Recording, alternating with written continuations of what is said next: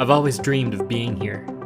The crowd, the flags, Colombia, los cafeteros, a South American football powerhouse. Jordan, the newcomers, Al Nashama. It's their first ever appearance in this tournament. In case you couldn't tell, I am at the World Cup. Well, sort of. What? Alright, we are at the 2026 World Cup. Technically speaking, a World Cup friendly between Colombia and Jordan. We don't have the funds to go to one of those actual group stage fancy matches, but the friendly's exciting enough, eh? This is so much fun. Right now, we're at the half. Colombia's up 1-0. It's really fun to see. I was not anticipating our seats to be this close to the action, but here we are. Let me flip the camera and show you how close we are to the goal. So I am pulling for Colombia in this match. I got my Colombia kit on. Even though they are definitely the overdogs in this situation, but between the two countries, they're the one I've been to, and I had a great time in there, so go coffee farmers. So I've always been pretty romantic about the World Cup. I think a lot of that is due to traveling while the tournament is happening and just getting a sense for how into it everybody gets. I've seen matches in past tournaments from tea stands in Bangladesh, from plazas in Italy, street corners in Seoul, bars in Taiwan, and that just, it makes you appreciate how the whole world tunes into this thing.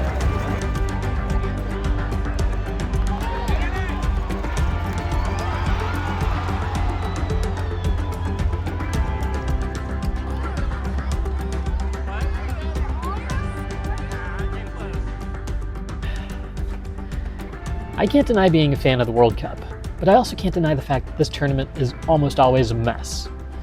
There's an absurd amount of corruption that goes on with FIFA, and it's been like that for a long time. The things that happen when stadiums are being constructed are almost always shady, and this year, with immigration crackdowns, wars against participating countries, public health emergencies, and government scandals, it's shaping up to be an extremely awkward tournament.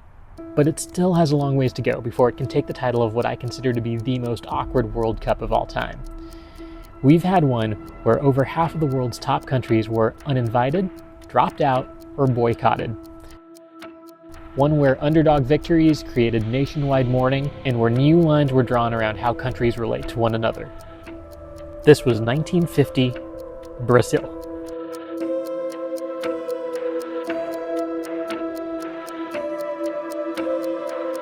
It was in theory supposed to be a celebratory World Cup.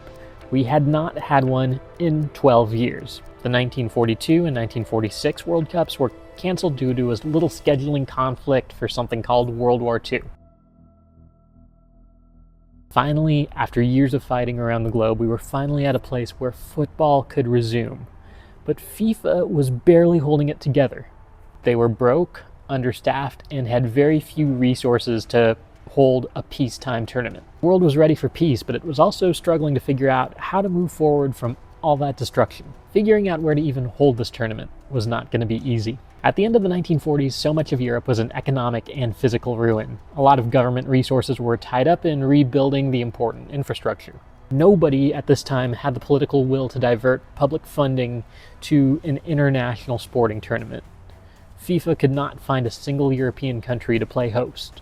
Between the lack of a host and FIFA's own disarray, it seemed like the World Cup itself might be coming to an end. It's crazy to think how close we were to losing international soccer as we know it. But then came Brazil. Brazil emerged as the lone candidate that could actually host the tournament.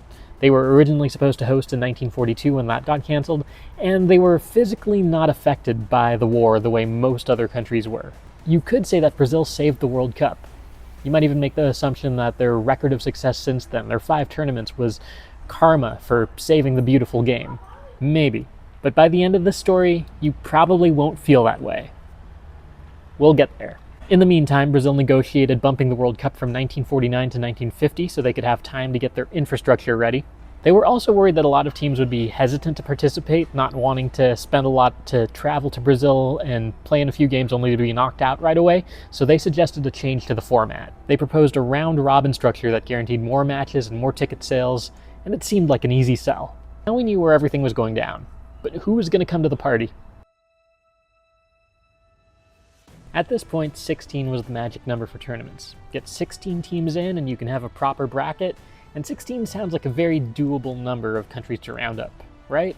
Well, so Brazil was the obvious choice as host, and so was England, although their story would be a bit more surprising. Long before the tournaments went on pause due to war, England was already taking itself out of the competition. They argued it was because of the pay that amateur players wouldn't be getting due to FIFA's rules, but a lot of people suspect there were other reasons for that. Unofficially, a lot of people saw the English absence as hubris. They kind of considered themselves the inventors of the sport and didn't need an international tournament to prove themselves.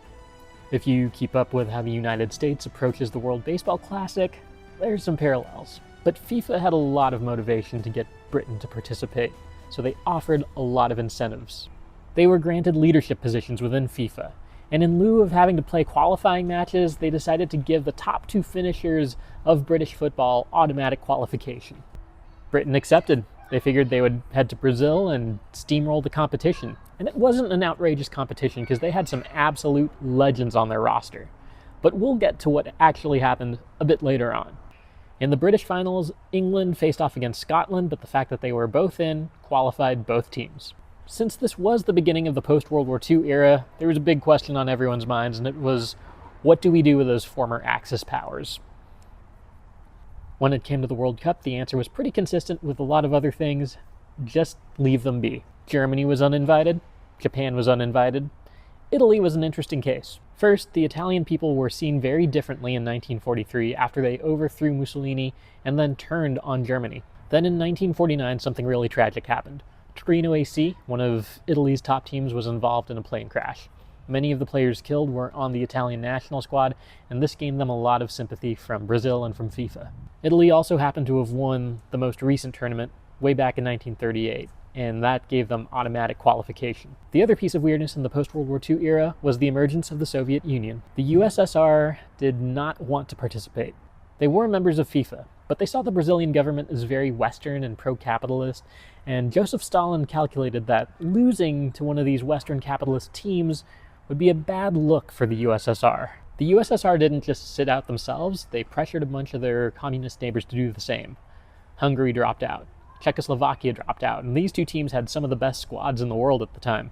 Their governments simply didn't want to draw the ire of Joseph Stalin. On the other hand, Yugoslavia was perfectly fine doing that. Yugoslavia was also communist, but unlike many of its neighbors, it was able to liberate itself from Nazi Germany without much Soviet support. That made Yugoslavia's president, Tito, bolder at asserting Yugoslavia's independence and distinction from the USSR.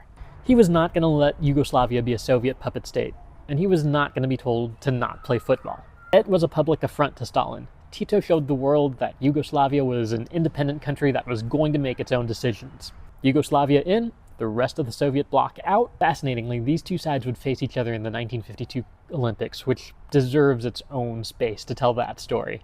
Yugoslavia ultimately came out on top of that one, but the fact that the Soviet press didn't report it until 2 years after Stalin had died shows you just how resistant he was to taking an L.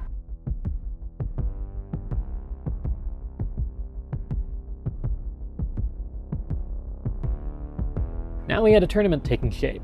Switzerland and Mexico joined Brazil in Group 1. Spain, Chile, and the United States would join England in Group 2. We just needed 8 more teams. Sweden was in. So was Uruguay, Paraguay, and Bolivia. It would make so much sense to have neighboring Argentina in this tournament, except at this time, the Argentine and Brazilian football federations had an extremely toxic relationship with each other. They're still rivals, but in the 1950s, it was really bad. On top of this, political turmoil in Argentina caused many of its top soccer stars to leave the country. Since their roster was depleted, Argentina did not want to be humiliated on Brazilian soil, so they sat this one out. But it still shouldn't have been that hard to find enough countries to round out this list, right? The plan was to have India and Turkey represent Asia, and then Scotland was in for coming in second in Britain, except the Scots have a thing called pride. I give homage to Scotland. They were not going to go into this thing by coming in second. They pulled out of the tournament, and then Turkey did the same. They found the cost of travel across the Atlantic and then all over Brazil to be too steep for what they had going on at the time. FIFA then called in some replacements. Portugal, Ireland, France. Replacing 2 teams with 3? Turns out they should have maybe even called some more, because Portugal and Ireland declined almost immediately. France was in, but then they crunched the numbers about the burden, the distance of traveling to and across Brazil, and they dropped out as well. Legend has it that India's team boycotted when FIFA refused to let them play barefoot. What more likely happened was that they dropped for the same reasons as Turkey and France: distance and money. This left the tournament short on teams. The show would go on, but it would be awkward.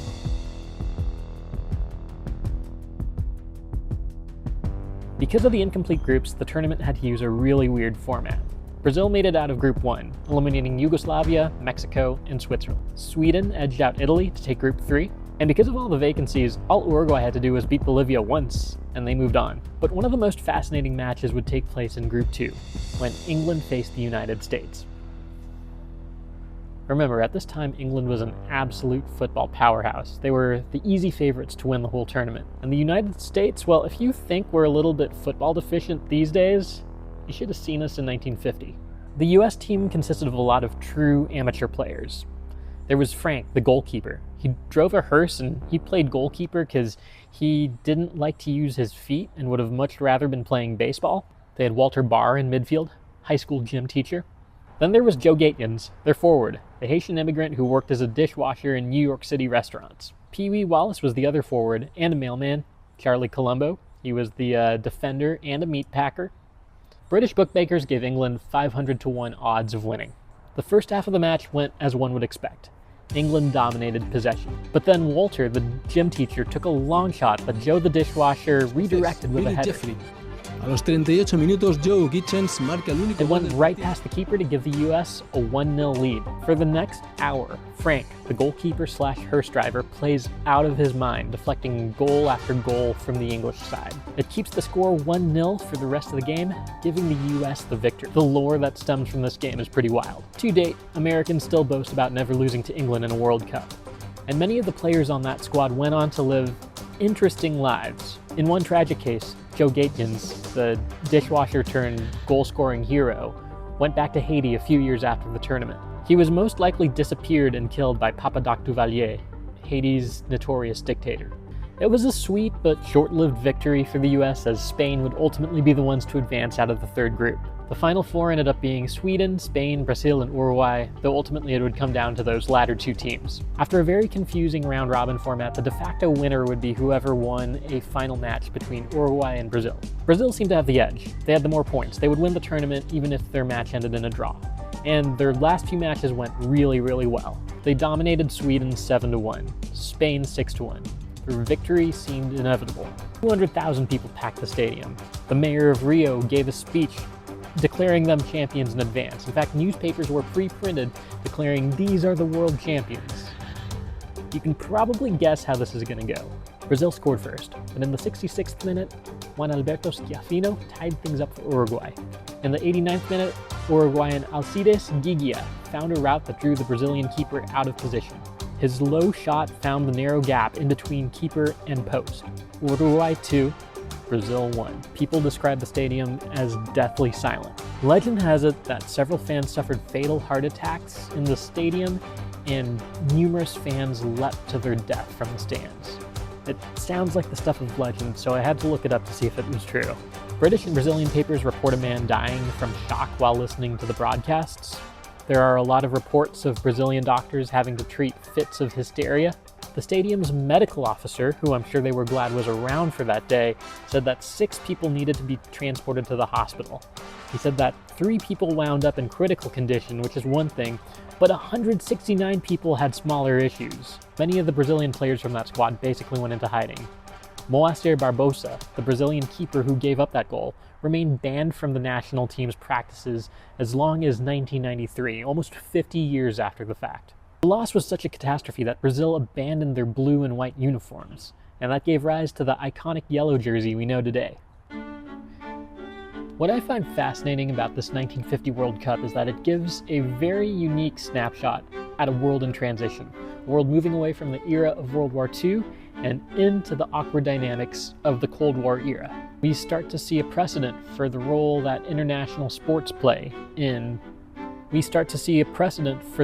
sports will play in international politics and ideological clashes. The Soviet boycott and Yugoslavia's resistance show how many countries see their performance as a sign of dominance or weakness. We see this play out in the Olympics of the 70s and 80s, in the Rocky franchise, in the weird role that sports have played in North Korean diplomacy, and yes, in present-day World Cups. We also see more of a playbook for soft power. Brazil's role as host gives us a look at how a country in the global south can take a leadership role and assert its cultural influence, its economic viability and strength.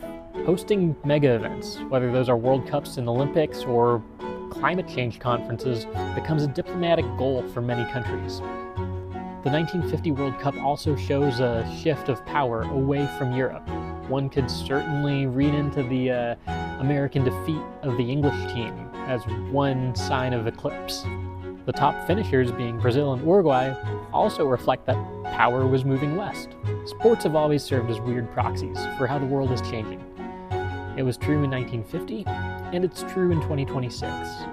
But sometimes, it's really good to take a deep dive into a past example to see how that remains clear as day. Inglaterra viste de oscuro, Estados Unidos de blanco. Los inventores del fútbol frente a los del soccer dirigidos por un escocés, Billy Jeffrey.